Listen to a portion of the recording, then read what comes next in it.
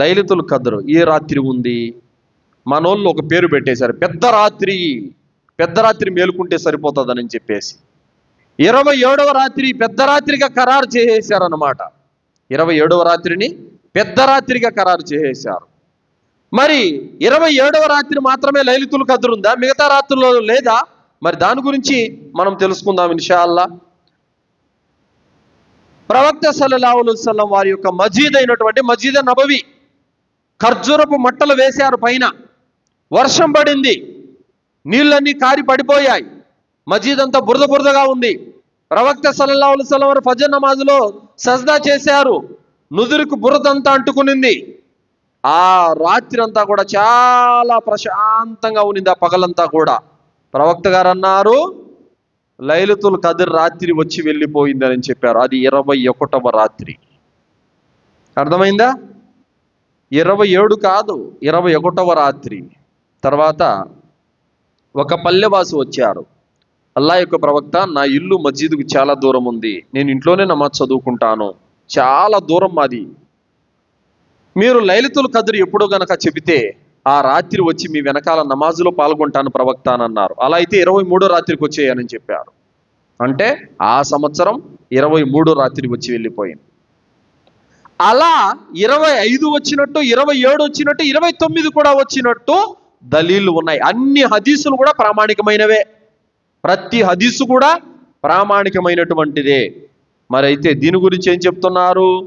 మజ్ము అల్ ఫతావాలో ఇమామ్ ఇబ్నే తైమియా రహ్మతుల్లాహి గారు అంటున్నారు, లైలతుల్ ఖద్ర్ అనేది ఒక రాత్రికి మాత్రమే అంకితమైనది కాదు, ప్రతి సంవత్సరం వేర్వేరు రాత్రులలో రావచ్చు అని చెప్పారు. తర్వాత ఇమామ్ నవవి రహ్మతుల్లాహి గారు అంటున్నారు, షర్హు సహీ అల్ ముస్లింలో అంటున్నారు, లైలతుల్ ఖద్ర్ అనేది బేసి రాత్రులలో మారుతూ ఉంటుంది అని చెప్పారు. కావున ఇక్కడ డేట్ ఫిక్స్ చేసేశారు, పెద్ద రాత్రి 27 అని. ఒకవేళ 21వ రాత్రి వచ్చి వెళ్ళిపోతే నీ పరిస్థితి ఏంది? 23వ రాత్రి వచ్చి వెళ్ళిపోతే నీ పరిస్థితి ఏంది? 25 వచ్చి వెళ్ళిపోతే నీ పరిస్థితి ఏంది? కావున చివరి 10 రాత్రులు జాగారం చేయటము సలఫ్ పండితుల విధానము. ప్రవక్త సల్లల్లాహు అలైహి వసల్లం వారు కూడా రంజాన్ చివరి దశకం 10 రాత్రులు కూడా ఆయన జాగరణ చేశారు. కాబట్టి మనం కూడా 10 రాత్రులు జాగరణ చేయాలి. ముఖ్యంగా బేసి రాత్రులలో అన్వేషణ చేయాలి. అన్వేషణ అంటే ఏంటి? వెతకటం. వెతకటం అన్నమాట. ఆ వెతుకులాటలో ఉన్న తాపత్రయాన్ని అల్లాహ్ ఇష్టపడతాడు. మనం ఏదైతే కోరుకోవాలనుకుంటున్నామో, మనం ఏదైతే కావాలని ఆశిస్తున్నామో, మన హృదయాన్ని బట్టి, మన సంకల్పాన్ని బట్టి, మన తపనను బట్టి అల్లాహ్ సుబ్హానహు వ తఆలా లైలతుల్ ఖద్రును మనకు ప్రాప్తం చేస్తాడు.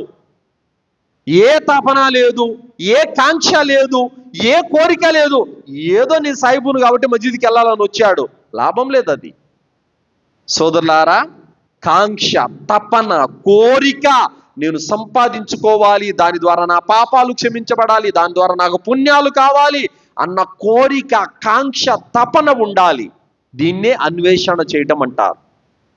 చివరి 10 రాత్రులలో అన్వేషణ చెయ్యండి, ముఖ్యంగా బేసి రాత్రులలో అన్వేషణ చెయ్యండి అని చెప్పడం జరిగింది సోదరులారా.